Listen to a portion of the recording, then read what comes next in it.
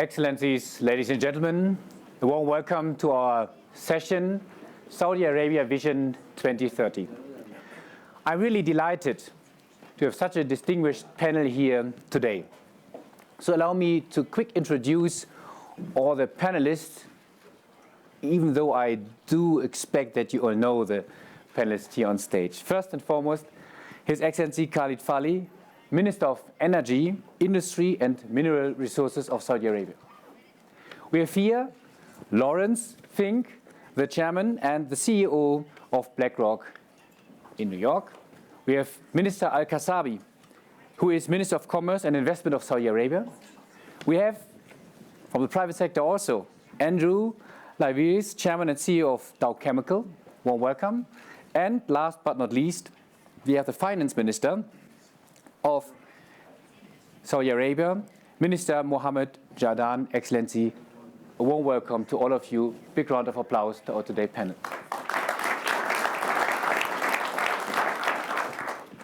Minister Al-Falih, allow me to start with you. Can you give us a quick, brief overview, even it's a huge project, about the Saudi Vision 2030?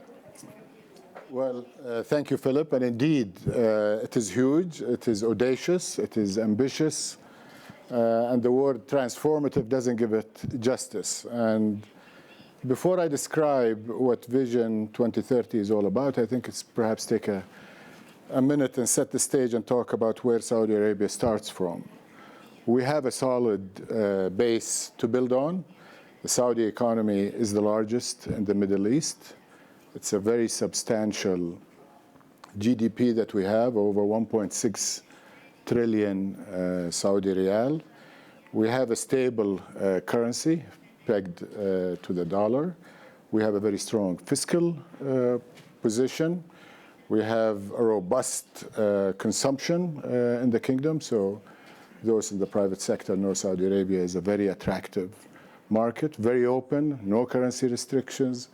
One of the best places to do business. The infrastructure in Saudi Arabia in many areas is world-class. Obviously, there are gaps here and there. And the demographics are also very good. We have a young, aspiring population. Over 70% of our population is below the age of 25. Schools and vocational centers are all over the kingdom, so we're ready to turn this young population into a very productive force to be reckoned with and to be utilized by the private sector. Now, the vision itself, as I mentioned, is very transformative. At its heart, it's about transforming the economy. Saudi Arabia's economy over the last few decades has been built on our strength, which is what we're known for, the oil resources that have brought Saudi Arabia to where it is. We're proud of what we've done with it. We intend to do more with it and build more wealth and opportunity and create jobs and prosperity with the tremendous resources that remain under the ground, and we think the rest of the world will need them. So nothing that I or my colleagues say should be taken to devalue what we intend to do with our natural resources. But we've become a large economy, as I mentioned, with primarily one engine. And large jumbo jets don't fly with one engine. So we've recognized this, and we intend to build multiple engines to add to what we have. So diversification will include mining, for example, that currently only contributes just over $15 billion to our GDP, while we have prolific resources still to be discovered and put to production. It will go at least to $60 billion of GDP or more. Services will grow in size and be a contributor. Tourism, banking, finance will all grow in the kingdom. Logistics. The kingdom enjoys one of the best locations in the world, connecting Asia, Africa, Europe, and certainly the center of the Middle East. So logistics will grow as we complete the infrastructure we have and also ease the traffic of goods and services across the kingdom and become a platform to reach the rest of the Middle East. Investments will be a key vehicle to achieve this. We have a large investment fund called the PIF. It will be transformed into one of the world's, if not the world's largest, sovereign wealth fund, targeting $2 trillion of assets under management. And the not too distant future, it will invest strategically within the kingdom, but I think more importantly for the diversification purposes, it will also invest strategically abroad, and it has started doing this. Evidence is the major investment we've made in technologies of the future with SoftBank, investments in Uber, and other investments. So investments will be a key. Reforms, of course, are a key enabler, and the government, as proud as we are of the regulatory and the legal system we have in the kingdom, we're not content. We want to be among the world's best in every aspect. So reforms will be introduced, and my colleagues will speak about the reforms. Privatization is going to be key. The future Saudi Arabia is going to be private sector led. And many of these private sector activities that are calculated today as part of the GDP are going to be delinked from reliance on government spending and oil revenue. And that is, I think, the most important thing, is not only do we grow the GDP to the private sector to contributing to 65% of GDP, but delink it to the maximum extent possible from government spending, from oil revenue. Last but not least on the transformation are the soft factors. I've talked about economic, infrastructure, ease of doing business, but the soft issues are also important. We talked about the population. We're going to turn Saudi Arabia into a softer place, a more pleasant place to live. We're going to strive to make people happy within the kingdom, and we've taken many steps to do that. We're going to promote tolerance in our society, which exists today, but make sure it's universal within Saudi Arabia and make Saudi Arabia a model of other Muslim countries in terms of being a tolerant society. Gender diversity, opening more opportunities for women is a centerpiece of Vision 2030. Cutting down unemployment, obviously, is one of our top-line objectives and target. It's approaching between 11 and 12%, depending on how you calculate. Vision 2030 targets 7%. And as I mentioned, women employment will be a key. Many other factors that time doesn't permit, but these probably are some of the broad lines of the transformation.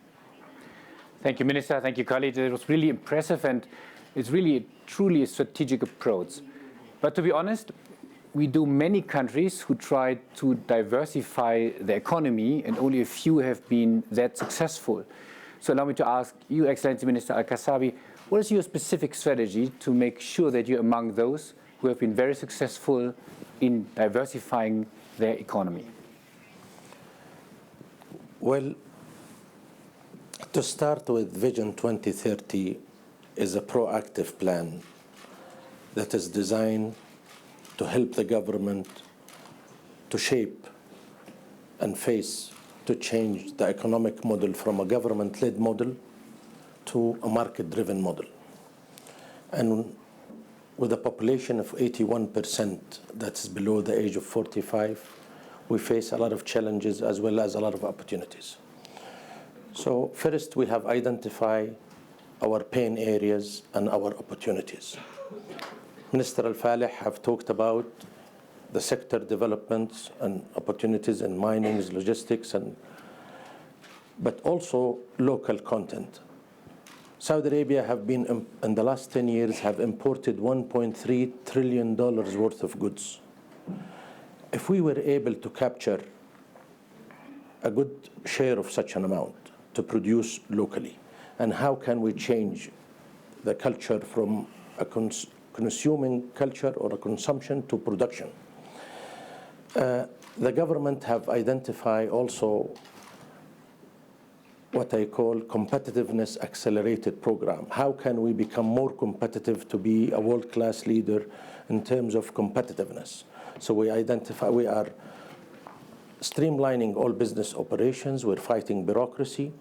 We are looking at all investment and trade ecosystem. For example, Ministry of Commerce and Investment is revamping 30 laws and bylaws, of which will put it world-class competitive, from commercial law to franchise law to insolvency laws and so forth.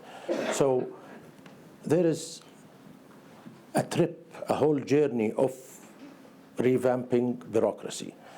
And also, enablers, we have identified all the enablers and drivers that will make it happen. The creation of a small and medium enterprise. You know, and everyone knows that the real driver and enabler in any job creators in any other nations are SMEs. So the government have initiated a commission and authority to look into and to enable small and medium enterprises, as well as have created fund of funds that will be able, $1.3 billion allocation of funds to support and to enable small and medium enterprises. Also, the government have created a stimulus packages worth approximately $54 billion to stimulate private sector investment into economy. Now, what are our competitive edge, or what are our distinctive competence? We talked about geographical location, where the Red Sea, 13.5% of global trade passes by the Red Sea.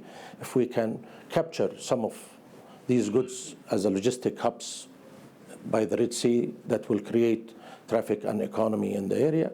Also, in the area of privatization, as well as government fighting bureaucracy, where all the utilities will be privatized and government is seeking, and maybe Minister Al-Jad'an will talk about the partnership, Triple P's public-private partnership.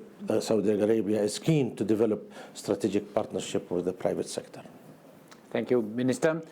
I think we should now check the proposals, and therefore I would like to move now to Andrew, because you, as a truly global company, you've seen so many diversification or attempts to diversification. What is, from your point of view, a very honest assessment of what you just has heard? Well, Vision 2030 is an astonishing piece of work and is indicative of the incredible capability that's been put in by the leaders here on this stage, but many in the room and many not in the room, to really understand the dynamic and the role of government in this century. And I think a dozen years ago, when we at Dow were looking at around the world for our next major asset investments, it became very clear that the many points that both their excellencies have already made about the location of the kingdom and its obviously its natural resources and its natural location. If there was a will, if there was a strategy, and now we see it in Vision 2030, but directionally back then, it was very clear that as I came into the kingdom many times and started talking to not just Saudi Aramco's leaders, but also the leaders of government, that this notion that the country had to change, this notion that it could not just rely on the one engine of the 747 that Hala talked about, it became very obvious to us that it matched what we at Dow were looking for. Certainly a market of size in its own right, a location size of its own right, but also a will from a government and an incredibly capable partner in Saudi Aramco that really wanted to diversify the economy in reality. So unlike many of the things that might be talked about in terms of the next 10, 15 years of Vision 2030, we actually are in the having done it business. I mean, this is not, I'm not talking about a theory. As we speak, Dow and Aramco, through Sadara, our joint venture, the world's largest industrial complex ever built at one time, is starting up its 26 units in an integrated complex that can be seen by satellites from outer space. This is an amazing feat pulled off by the human capital of Saudi Arabia, working with Dow engineers and Dow technology in a professional partnership that has no match for us in our globality. We have not seen this type of partnership in terms of capability. And I don't say that lightly. Our board's been there quite a few times. And what we were very attracted about was what His Excellency was talking about this notion of SMEs. See, Saudi Arabia was sitting on, of course, oil and gas. They had already taken one step in the chemical business, but they recognized that they had an ecosystem available to them, a value chain, a series of capabilities that if you took the step 1 to add value to it, step 2, step 3, step 4, you could actually attract whole sectors in automobiles, in transportation in general, in infrastructure, in building materials and construction, auto parts. You could build the mineral strategy, value add to that. And I remember sitting with His Excellency Minister Ali Al-Naimi, a true visionary, where he was also talking about this in the sense of the need for Saudi Arabia to diversify because it cannot just rely on the commodity cycle. And not just in the field of value add and chemistry, but also in the field of energy itself. I mean, where else would you find the world's largest oil and gas producer talking about a renewable strategy, and which Vision 2030 now captures in full? And I think this is the reality now of alignment of a government with the private sector in a true PPP model with professional human capability that if I had to go to the what has surprised us bucket, it's the quality of the people that now work in our operation there. We took over 1,000 young Saudis recommended to us. We hired, we recruited, working with Saudi Aramco around the world. All the locations we took them to, wanted to keep them, didn't want to send them back. They were astonishingly capable people. And frankly, our Saudiization, if that's a term, of our operation at Sadara will be there with minimal expats here in the next year or two. And by design, but you have to be a local citizen in its fullest right, and you have to contribute to the economy as a citizen, which leads me to my last point. Now, you build an ecosystem based on capability and technology that might come from overseas. Saudi Arabia has recognized it has to innovate locally. It's built a series of complex universities, okay, in science and technology, and in particular King Abdullah University of Science and Technology on the Red Sea north of Jeddah, which Dow has got a large investment going in a water R&D lab that is world-class and attracted world-class scientists. I think Saudi Arabia is the greatest story never told, and I think we've got to tell it. And I think this is the sort of thing that we're doing here. So I can do a lot more actual realities around Vision 2030. I'm very excited that the arrival of our company as the kingdom was making its move resulted in, if you like, a first mover of this sort of diversification. And of course, once we're there, our assets don't tend to move. We'll be there a long time. Thank you, Andrew. So let's move to the finance ministers. So we just heard some buzzword like privatization, and well knowing that after you, I will ask then the investors. So now it's on you to say something. What is your plan according to Saudi Vision 2030? Thank you very much, and thank you for having us. شكرا وشكرا على استضافتنا. أعتقد أن هنالك بعض المسائل الجديرة بالذكر ولربما يرتفع عددها إلى 4. أولا، هنالك تركيز أصبح واضح على الإيرادات غير النفطية، وعلى سبيل المثال في سنتين Our non-oil revenue was only 2 years ago about 100 billion riyals. We closed 2016 with 200 billion riyals. And our aim is to double that and triple that by 2020. And that would reach about 1 trillion Saudi riyal by 2030. Second is efficiency. And in the last 18 months, a lot of work has been done to ensure that we are efficient in our CapEx and OpEx as government spending, to make sure that our return on investment is better. That led into the establishment of an efficiency unit, which worked only in the last 8 months, looking at various projects and various CapEx and OpEx allocations, and made the saving of about 80 billion, just rationalizing spending, 80 billion riyals. And there's more to come in 17 and beyond. The third is, and the most important for the people of Saudi Arabia, is really directing subsidy where it should go.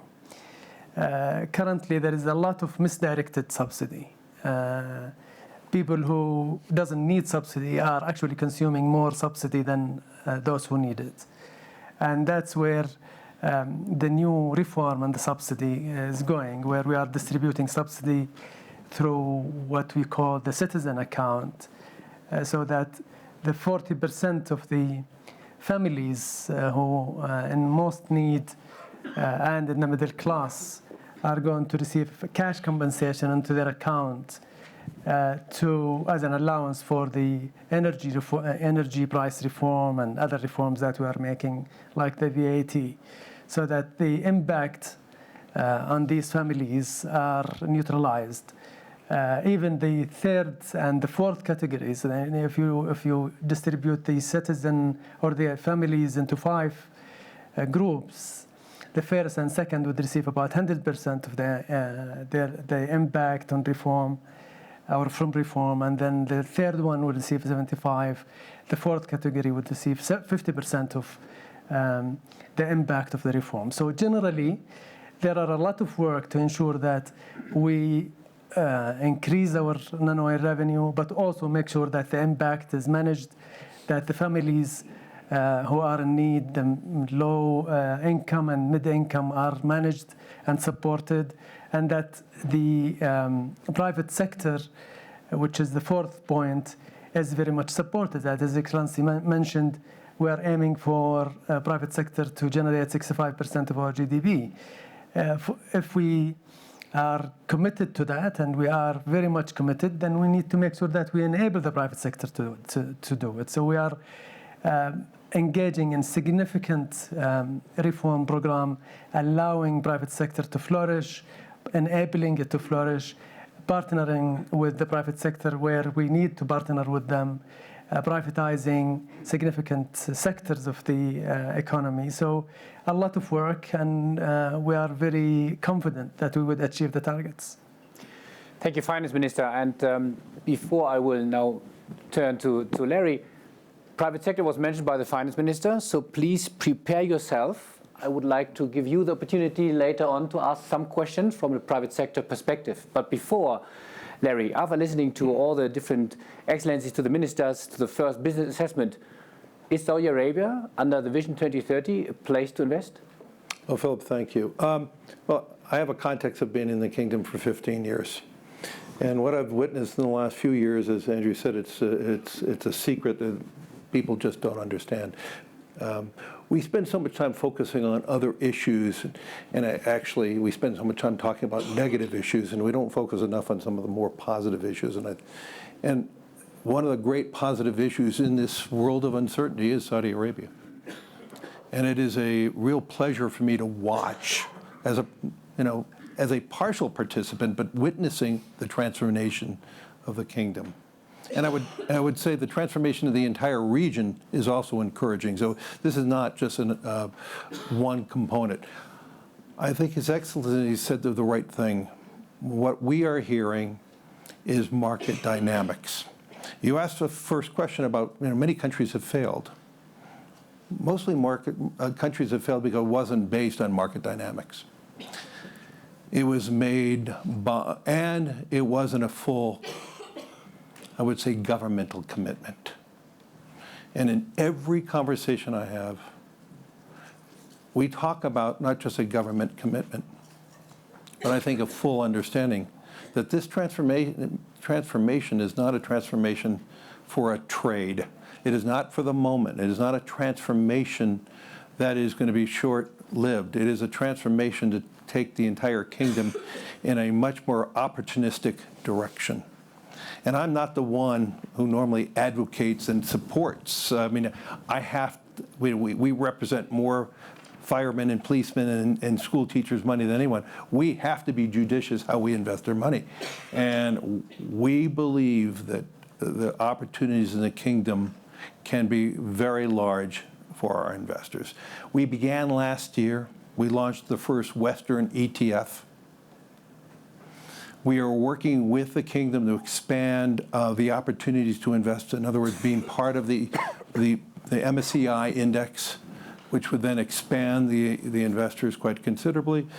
But also on the private side, whether these entities that are going to be going private are going to be going private in the first wave as a public entity, or first wave being a private entity and getting prepared for being in the public domain.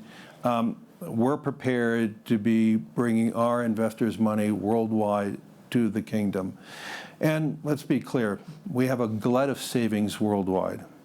We live in a world today of low and negative interest rates, which is killing our savers. If we could find an opportunity such as the kingdom in which we could invest our money at a higher returning environment that benefits the vitality of a country and builds a better world in that, we're not only serving our investors and their interests, which is my fiduciary responsibility, we're building a safer world through those investments.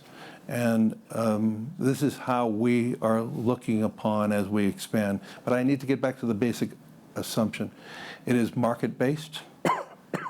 The market is going to dictate the valuations. It is not going to be something that we're going to be unhappy with. Even in my conversations with all the potential IPOs, every conversation I've heard was an understanding that this is a partnership with the investors. The kingdom understands investors are going to have to be rewarded, and society in the kingdom will be rewarded. But we're encouraged from the social side. We're encouraged in so many other facets that this under-recognized component of the world economy is going to be more recognized, and we're going to do our job to make sure that we're a component of that new recognition. Thank you, Larry. And ladies and gentlemen, what I promised, now it's on you. Let's stick on 3 rules. First, if you have a question, identify yourself. Second, say whom you would like to ask. And third, please really focus on Saudi Arabia Vision 2030. If we have these 3 rules, I'm really happy now to ask for the first question. We have even microphones. Here, this gentleman in front. Let's wait 1 second for the microphone. Let's see how it works. My name is... Can you stand up? Then the other colleagues can see you. Stand up. Stand up. Oh. So that's nice. My name is Yusuf Ali. I am in the retail Lulu hypermarket chain in Saudi Arabia since 15 years. And I appreciate the government for their all new reforms, because the reforms not only in the newspaper or in the media, now it is on the ground. And we are very happy. And the investors which are looking to Saudi Arabia, they are really coming, not on the talking or just telling that you are coming, no. Number 2, I just compliment my friend, the employees of Saudi Arabian nationals. They are very, very great, and they are doing their job perfectly. And we never expected that we can get this type of, employment treatment from the employer treatment from the Saudi nationals. And regarding the PPP, which our Honorable Finance Minister mentioned, that we want to know what all sectors going to be in PPP sector to hear all my other colleagues. Thank you. Okay, cool. So let me emphasize the character of questions. And so here's one. And then we will bring it in. Hazem Galal from PwC. I want to ask a question about the implementation of the vision. I mean, the vision is very comprehensive, but as all great visions, implementation is key. And maybe someone from the panel could respond. What are the biggest risks they see and how they're mitigating it? Yes. Follow up with the question of implementation. Minister Al-Kassabi. And if I think execution is always a challenge in any plan that you carry. Human resources, challenges, financial resources, IT. However, we have developed the 3-foot plan, as we say, the detailed action plan. We have identified all champions and what is need to be done to achieve these targets. So at the end of the day, it's just like any other business opportunities. completion is a challenge. However, we have all the means, we have identified all the challenges and opportunities to make us reach to that finish line. Now, this finish line could move further, could move closer, but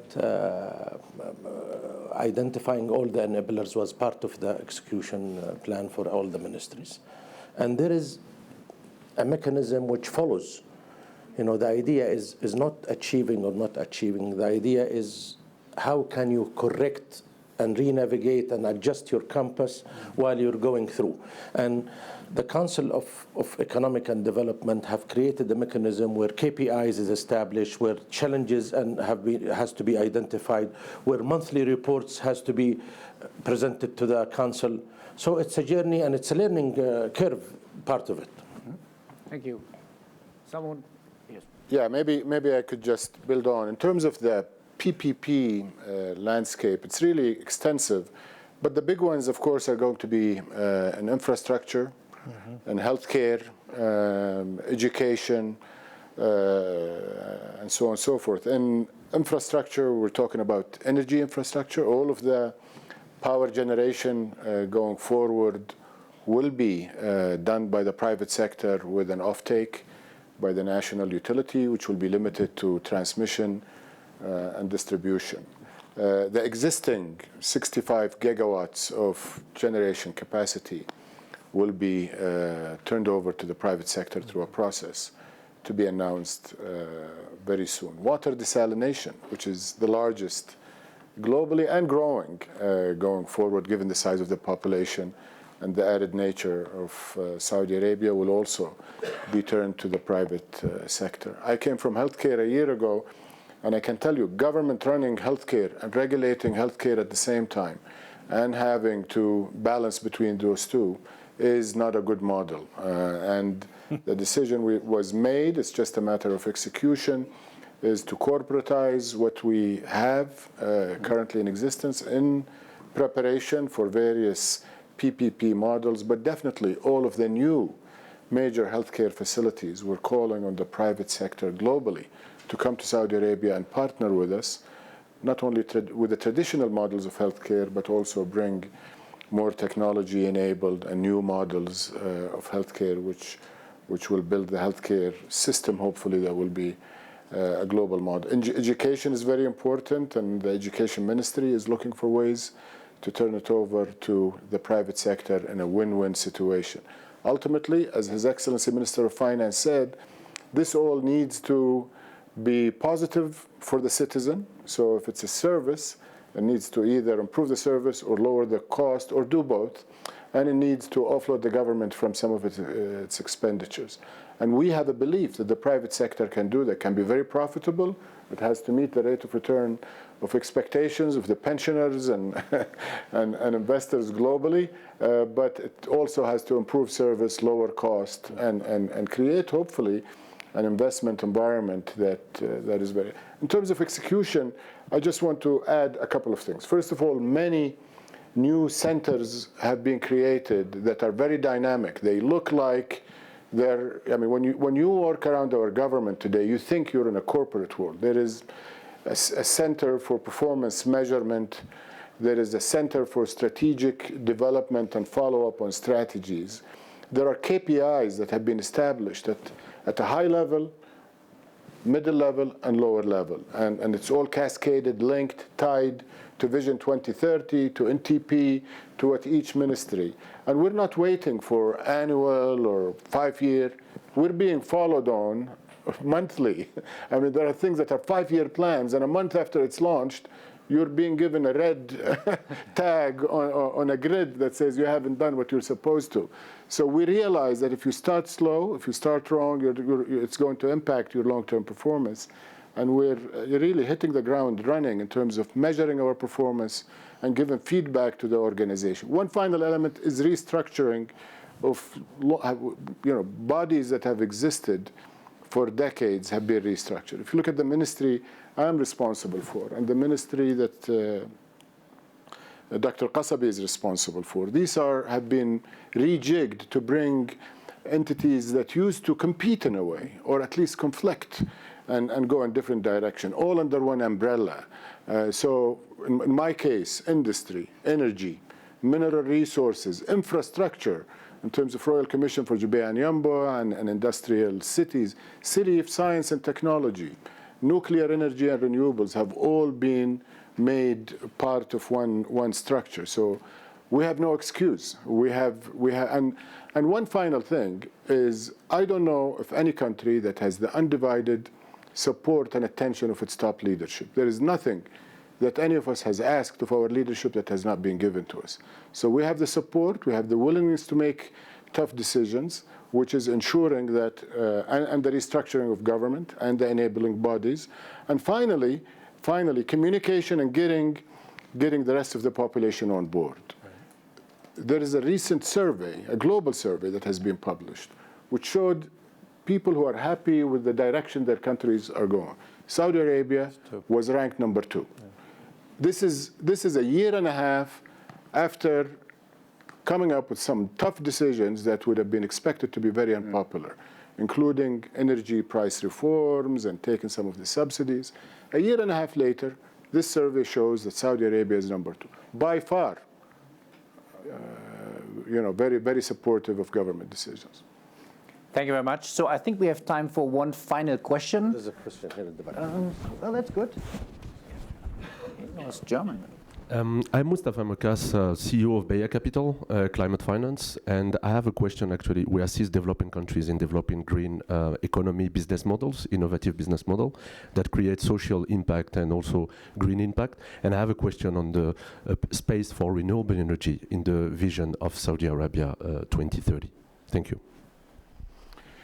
Well, this is a very timely question. We announced during Abu Dhabi Sustainability Week a couple of days ago, actually, the launch of phase 1 of a very ambitious program for auctioning about 10 gigawatts through the PPP model I just described. And as we speak this week, we're erecting 2 pilot wind turbines that one of them, I believe, is operational, that Saudi Aramco just launched. Saudi Electricity Company is having another one. And we have a number of solar projects that are on the ground generating electricity. But I think the big news is 10 gigawatts of solar and wind. As Andrew said, not only is the country supporting them, but all of the enterprises within the kingdom are moving forward to help implement them. And we're inviting the international community of developers, of financiers, and we want to localize those industries. We want to turn the kingdom into an energy powerhouse, not just conventional oil and gas, which will continue to grow, but also wind, solar, nuclear in the future. All forms of energy hopefully will be definitely utilized in Saudi Arabia, but with the innovation, with the financial resources, with the integration of our capabilities, and with the environment, we're attracting best-in-class international operators to come and partner with us on this. We want to turn the kingdom into an exporter of these diverse energies, including green energies. One good news in addition to Saudi Vision 2030 is we have another 5 minutes. I would like to use this for you, ladies and gentlemen. So if there's... Oh, okay. Maybe we could get the microphone. That's... Ignacio Garcia Alves, Arthur D. Little. I'm very pleased to see this positive development plan, and I wanted to understand how you're going to create the trust that the rules are not changing over the years, because when companies invest, in fact, one of their main criteria is to get good visibility about the long term, and not that the rules are not changing. I think that's one of the key success factors, apart from those that have been already mentioned. That's a question, I guess, for the finance minister, but please heads up, so it's all recorded, so what you now say will be even in excellency. No, I'm very happy. Thank you very much for the question. I think it's a very important one. The government of Saudi Arabia recognizes the need to be predictable, the need to be accountable, the need to be consistent in its policies. And as a recognition, end of last year, the government published a small book called the Fiscal Balance Program, or we call it even the Budget Balance Program. And that basically provides a roadmap between now and 2020 and tells our people in Saudi Arabia, the private sector, local and international, here is what you should expect in the next 4 or 5 years.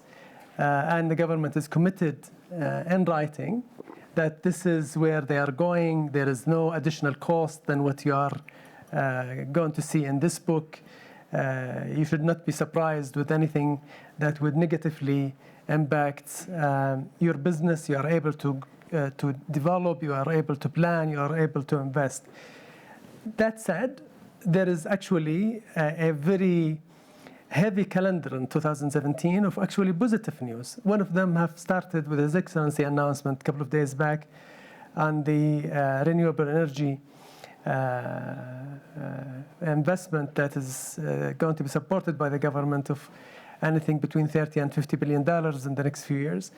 There is a 200 billion reals of budgeted amount for the next 4 years to support the private sector, to ensure that we provide the private sector with the necessary support financially, but not only financially, but also technically to allow particularly the small businesses that are unable to possibly buy the expertise to be more efficient in their utilization of energy, to actually, we will fund that and will help them be more efficient. There are other sectors that are going to see significant development and going to be announced concretely throughout 2017 that will provide significant opportunities for the private sector.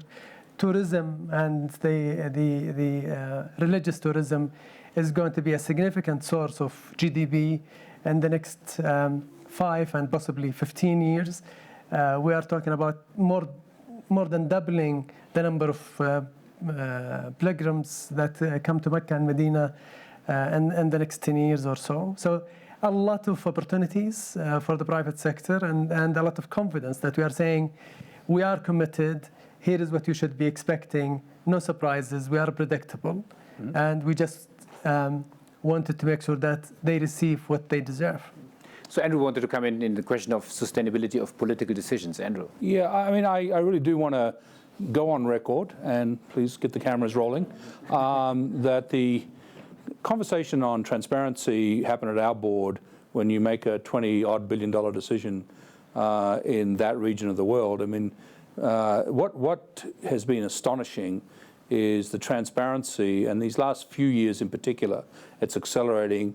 This is a business-oriented government, and there's no gap between the say-do ratio and rule of law and transparency, and the will from the political side, and then obviously to the economic and the reform side, to put this country into the modern century, to diversify its economy for its citizens and its youth, and to allow investors to come in and participate in that in public-private partnerships of the type described. That transparency is as good as anywhere we operate in, including the United States, by the way. So I would say to you that this is why I say it's the greatest story never told, and what Larry was saying. And, you know, and we're not here to make everyone, our colleagues here, feel good. This is our experience. And we've got money on the ground to prove that. And so I would tell you that give it a chance. I mean, this is, we need countries like Saudi Arabia to lead the way in this modern century, to put in place the structural reforms that are creating the uncertainties. By not doing these structural reforms, we've got the opposite, the lack of will. We've got populism. We've got all these other things. This country's got the courage to put in the reforms, and it's doing it. I'd like to add one last thing on Certainly. this. I have, in my private meetings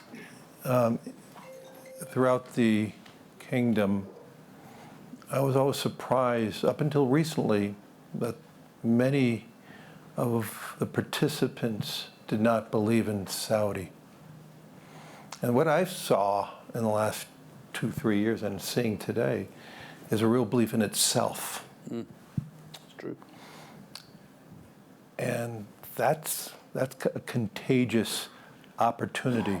As you continue to believe in yourself and believe in the opportunities and reach higher, the investors will believe in that too. And that's key.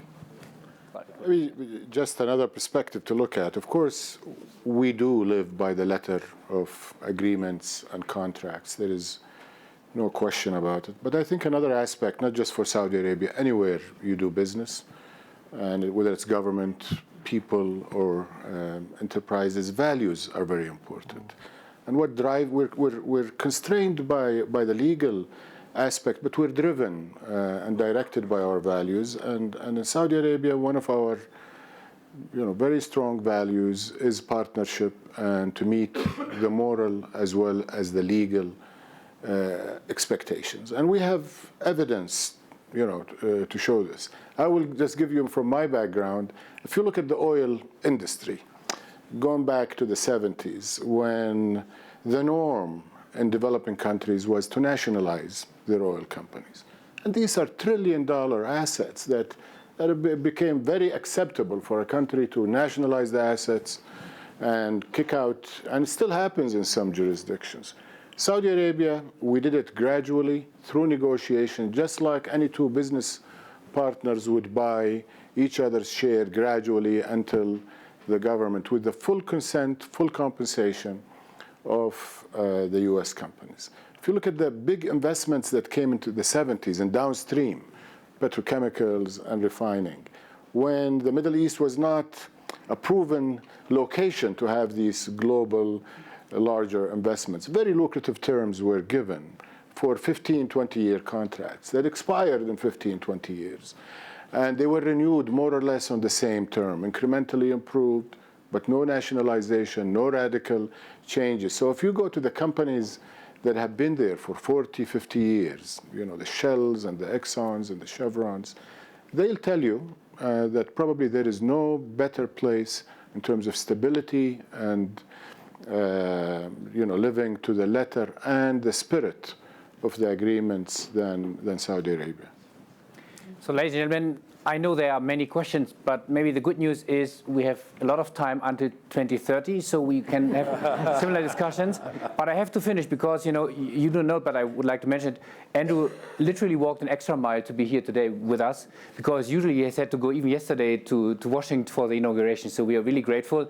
And let me conclude, and only maybe one point. You, Excellency, mentioned you have a plan, you have the resources, you have the motivated people, so there's no excuse. Thank you very much.